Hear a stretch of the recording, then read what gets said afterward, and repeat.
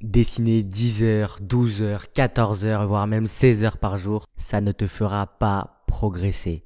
Du moins pas progresser comme toi tu le souhaites, comme tu l'espères. Je vois beaucoup de jeunes artistes qui se focalisent un petit peu sur le volume d'heures de dessin qu'ils font par jour. Alors bien sûr, en réalité le titre est un peu biaisé, bien sûr que tu vas progresser. Il suffit que tu dessines tous les jours pour que tu puisses progresser. Donc bien sûr qu'en dessinant 10, 12, 14 heures par jour, tu vas progresser. Mais pas idéalement, et surtout pas aussi rapidement que ce que tu penses. Je vais te présenter un modèle beaucoup plus efficace et long terme pour mesurer ta progression que le nombre d'heures. Mais avant ça mon gars, abonne-toi, jour 5 ou 6 d'une vidéo par jour. Ici c'est Motive, un artiste amateur qui fait des vidéos pour les artistes amateurs. Alors j'ai eu l'idée du sujet du jour hier, en étant en appel vocal avec un abonné. D'ailleurs, lien du Discord en description et du Instagram aussi, on discute, j'aime beaucoup discuter avec vous. Et on parlait de ça, il me disait que lui, depuis qu'il dessine moins, il a l'impression de quand même plus progresser. Et ça, c'est quelque chose qui l'étonnait un petit peu, et c'est vrai que de prime abord comme ça peut étonner. Mais moi, en réalité, ça m'étonne pas, parce que je suis tombé aussi dans la matrice de dessiner 10, 12, 14 heures par jour, etc. Et j'ai testé une autre méthode, celle que je vais vous présenter après, où je dessinais beaucoup moins, je dessinais 2-3 heures par jour. Et pendant un an, j'ai quadruplé mon niveau de dessin en 2-3 heures par jour en appliquant cette autre méthode. En ce moment, je vois beaucoup de jeunes artistes amateurs qui se mettent une pression de dingue sur le nombre de minutes, d'heures passées sur la tablette graphique ou sur le carnet de croquis, pensant que c'est en voyant le compteur augmenter que la progression qu'ils espèrent tant va arriver à la vitesse qu'ils espèrent. Mais selon moi, il y a énormément d'écueils dans cette manière de faire qui peut non seulement saper ta progression, mais surtout saper ta motivation et ton énergie et te faire abandonner, arrêter le dessin. Là, je vais donner que mon avis, bien sûr, de ce que je pense, de ce que j'ai expérimenté, de ce que je vois en parlant avec énormément de jeunes artistes ou même d'artistes plus confirmés. Et à la fin, vous me direz ce que vous en pensez. Déjà, ce qu'il faut savoir, c'est que toutes les heures ne se valent pas. Même s'il n'y a pas vraiment d'heures de dessin qui te fassent reculer, mais il y a des heures de dessin qui te font clairement plus progresser que d'autres, et je pense que tu peux être d'accord avec moi. Il y en a d'autres qui peuvent, au contraire, renforcer ta motivation et ton entrain à toujours vouloir plus dessiner, et d'autres peuvent totalement la saper. Pour moi, il y a vraiment deux facteurs essentiels qui font varier la qualité d'une heure de dessin. C'est la concentration et c'est la difficulté. À quel point ton heure de dessin te fait sortir de ta zone de confort ou pas. Parce que oui, 14 heures de dessin, c'est énormément de volume. Ça prend énormément de temps dans la journée. Et généralement, pour les jeunes dessinateurs, là je parle jeunes en termes d'âge, peut-être que vous avez des études, peut-être que vous avez des autres activités extrascolaires à côté, vous ne les avez pas forcément, ces 14 heures. Il y a beaucoup de jeunes artistes qui prennent sur leur sommeil, etc., qui sont un petit peu en mode esprit shonen, etc., et qui veulent se saper la santé pour absolument faire des heures de dessin en plus. Pour moi, c'est pas forcément la bonne méthode, parce que ça peut vous cramer par la suite. Par contre, à la place de faire tout ça, à la place d'aller piocher par exemple dans le sommeil, que ça soit le matin ou surtout la nuit, faites 1 heure de dessin sans musique sur un exercice intense de perspective, d'anatomie ou de dessin d'observation, ça va vous faire 10 fois plus progresser que de griffonner des personnages pendant 72 heures en étant à moitié concentré en vogue Discord et avec de la musique, de la hard music à côté. Parce que oui, dessiner c'est toujours mieux que de ne pas dessiner, ça vous entraîne la main, ça améliore votre connexion, ça améliore aussi vos habitudes, ça fait en sorte que l'activité de dessiner soit tous les jours un peu plus facile pour votre cerveau. Mais clairement, je vous conseille d'aller dormir pour être plus en forme, pour être plus motivé et pour avoir de meilleures idées le lendemain que de griffonner des personnages un petit peu au hasard, à moitié concentrés. Et quand on parle de ça, ce qu'il faut dire, c'est qu'on ne peut pas être concentré 14 heures par jour, c'est absolument impossible. Ou alors des cas mais vraiment extrêmes. Ce qui veut dire que pour votre apprentissage de dessin, vous n'avez pas encore de pression professionnelle, vous n'avez pas des projets à rendre à un éditeur, vous n'avez pas un jeu vidéo à finir à une telle date, vous n'avez rien, donc vous n'avez pas besoin de vous rajouter une pression un petit peu inutile. La vérité, c'est que beaucoup prennent un exemple, ces artistes-là en fait, ces mangaka qui dessinent toute la journée jusqu'à se péter les mains, etc. Ces développeurs de jeux qui dorment au bureau, ces animateurs japonais, etc. Mais eux, en fait, ils ont la pression éditoriale, la pression de l'industrie sur eux, et ça dégrade non seulement leur boulot, ils font un boulot de moins bonne qualité, et ça dégrade aussi leur santé mentale et leur santé tout court. C'est pas du tout positif. Ça les fait pas progresser. Bien sûr, vous allez devoir apprendre à vous sacrifier à un moment donné pour remplir tel ou tel objectif, faire tel ou tel projet, mais là, c'est pas le moment, ça sert à rien de mettre la charrue avant les bœufs. Là, pour votre progression, je pense que c'est mieux de favoriser la qualité de chaque heure de dessin. Par contre, j'avoue que ce qu'il y a de bien au fait de compter ses heures et de faire de ces heures un objectif, c'est que c'est un critère objectif, un critère mesurable pour mesurer, entre guillemets, votre progression, du moins votre implication dans le dessin, votre engagement. C'est-à-dire que chaque jour, vous faites une certaine heure, où vous focussez là-dessus, ça permet d'enlever un petit peu d'attention sur votre niveau actuel de dessin, parce que si vous vous concentrez sur votre niveau actuel de dessin, vous n'allez jamais en être satisfait, vous allez avoir des émotions négatives, et ça peut amener à un abandon, et surtout à une comparaison avec les autres, etc. Là, vous délocalisez un petit peu l'attention sur un critère objectif, mesurable et surtout contrôlable, c'est pas mal. Mais pour moi, il y a une autre manière que de compter ce nombre d'heures pour avoir ce critère contrôlable, objectif et mesurable pour votre progression en dessin.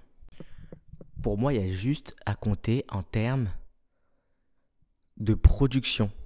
Qu'est-ce que ça veut dire en production? C'est pas forcément en production de manga, d'une œuvre ou d'un truc extrêmement gros. Ça peut être tout petit, par exemple. Et si vous apprenez l'anatomie, par exemple les mains, vous vous dites que vous faites 10 mains par jour.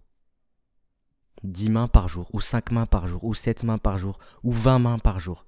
Peu importe le nombre. On reviendra après, mais commencez petit. Mais voilà.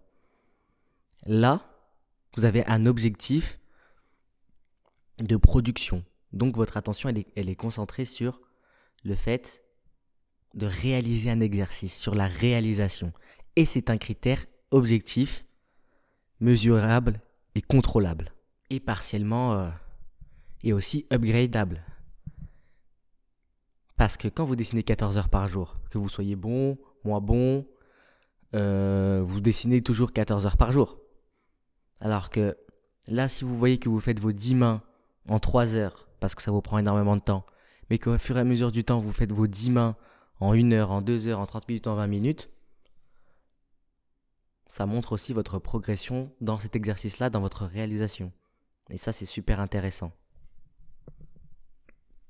Pareil, et ça, je vous le recommande fortement, mais vraiment fortement, fortement, si vous voulez être BDiste, peu importe le type de BD, un nombre de pages par jour ou de cases par jour.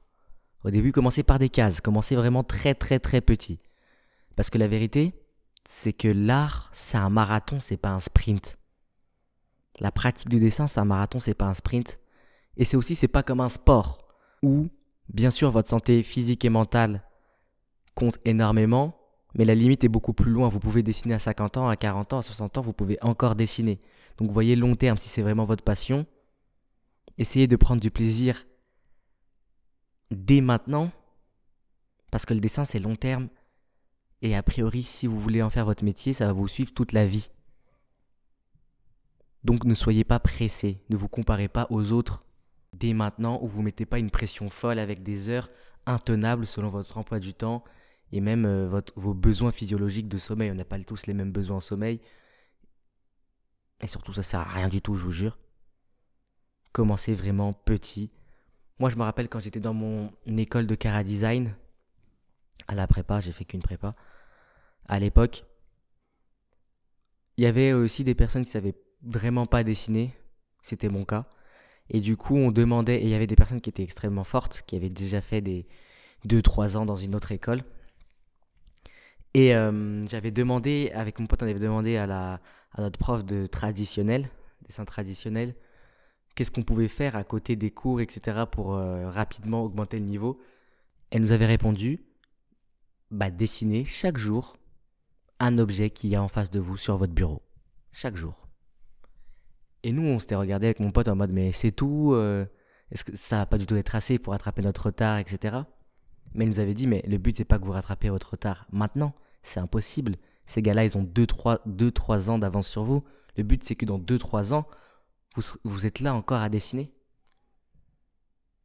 Et le but, c'est que dans 2-3 ans, vous continuez à vous améliorer et que ces objets que vous avez dessinés sur votre bureau, vous pouvez les dessiner les yeux fermés.